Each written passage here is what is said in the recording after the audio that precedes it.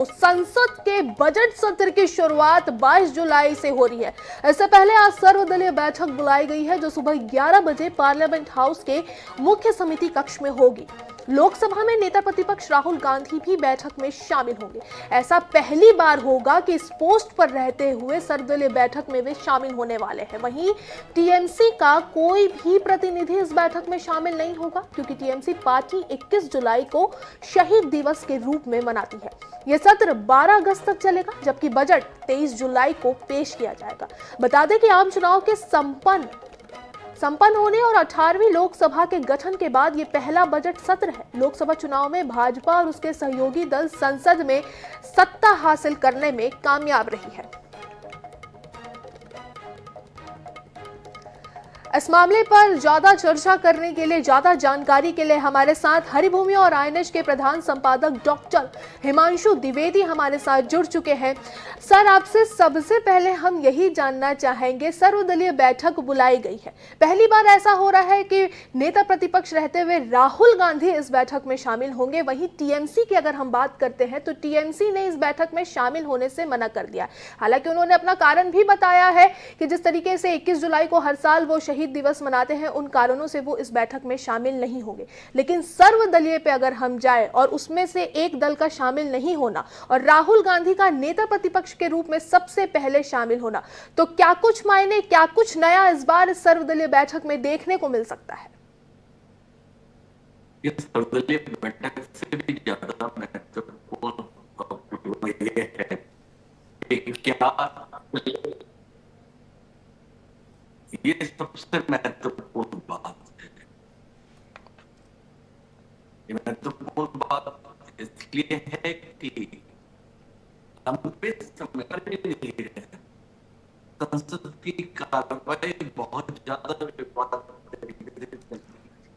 Budget सत्र कार्रवाई का संचालन, इस लिहाज से यह सर्वदलीय बैठक बड़ी महत्वपूर्ण है। जी ओम बिरला जी हिमांशु सर, माफी चाहूंगी, तकनीकी कारणों की वजह से आपकी आवाज हम तक पहुंच नहीं पा रही है। दोबारा आपसे संपर्क करने की कोशिश करेंगे। तब तक हम अपने दर्शकों को एक बार फिर से बता दें कि संसद सर्वदलीय बैठक मानसून सत्र से पहले बुलाई गई है। मोदी सरकार के तीसरे कार्यकाल का पहला बजट ये होने वाला है। तो संसद का मानसून सत्र सोमवार से शुरू हो रहा है, उससे पहले रविवार को सर्वदलीय बैठक बुलाई गई है। संसद का मानसून सत्र 22 जुलाई से शुरू होगा और 12 अगस्त को इस सत्र की समाप्ति होगी। वित्त मंत्री निर्मला सीतारमण 23 जुलाई को बजट पेश करेंगी। वहीं संसद के मानसून सत्र से पहले बता दें, आज सर्वदलीय बैठक बुलाई गई है जिसमें कांग्रेस की तरफ से गौरव गोगोई और प्रमोद तिवारी शामिल होंगे। वहीं राहुल गांधी की अगर बात करें तो नेता प्रतिपक्ष रहते हुए पहली बार इस सर्वदलीय बैठक में वो शामिल होने वाले हैं। वहीं टीएमसी की अगर बात करें तो टीएमसी इस बैठक में शामिल नहीं होने वाला है। तो संसदीय कार्य मंत्री किरेन रिजिजू की तरफ से बुलाई गई सर्वदलीय बैठक में कोशिश होगी कि संसद के मॉनसून सत्र के दौरान सत्ता और विपक्ष में टकराव और गतिरोध ना हो, इसके लिए व्यवस्था बनाई जाए।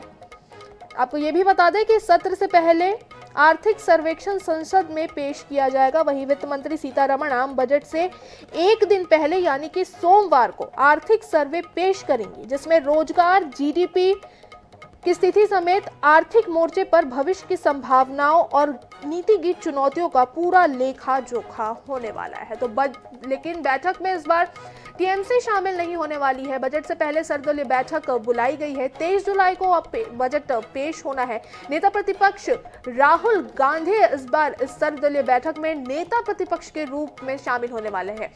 तो इस सत्र में जो बजट पेश किया जाएगा वो उनके तीसरे कार्यकाल का पहला बजट होने वाला है।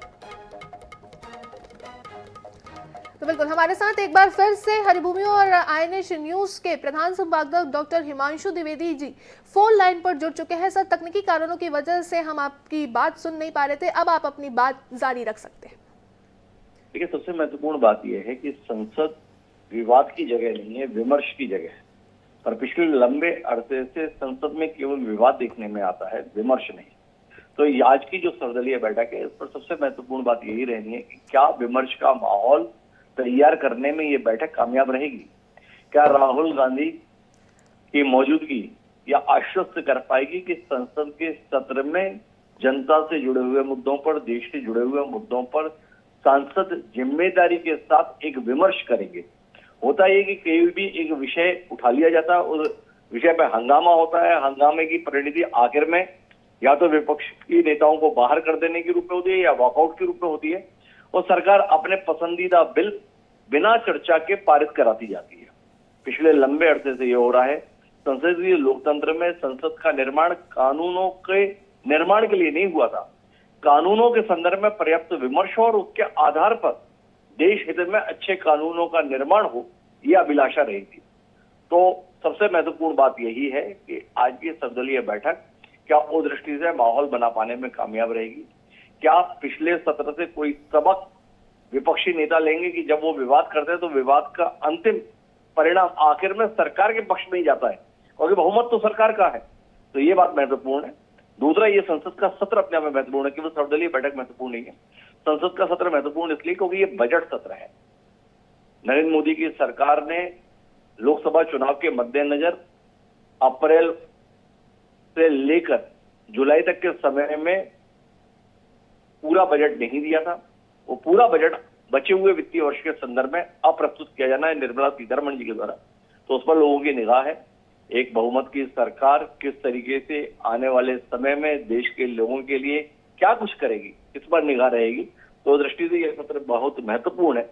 पर उम्मीद हम ये करते हैं कि शायद, क्योंकि इस बार विपक्ष की तादाद भी ठीक ठाक स्थिति के रूप में है जी, तो एक विमर्श के माहौल के साथ में संसद का सत्र चलेगा।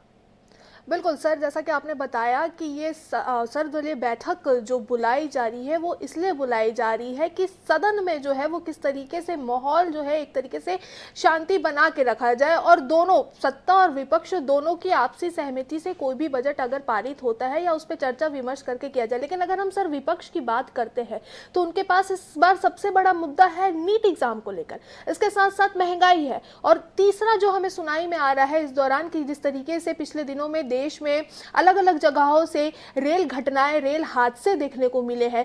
तो ये तीन मुद्दों को लेकर कहीं ना कहीं विपक्ष तो सत्ता को घेरेगी ही सदन में। सत्ता को घेरना एक अलग बात है और सत्र न चलने देना, सदन न चलने देना अलग बात है। तो सबसे महत्वपूर्ण बात यह है कि आप मुद्दों को जायज तरीके से उठाएं और वहीं तक उठाएं जिसमें आप सदन की कार्रवाई का हिस्सा बने रहें। जी, टकराव हो सत्ता की हो, ये नौबत नहीं आनी चाहिए जिसमें कि आपको सत्र से निलंबित कर दिया जाए, सदन से बाहर कर दिया जाए।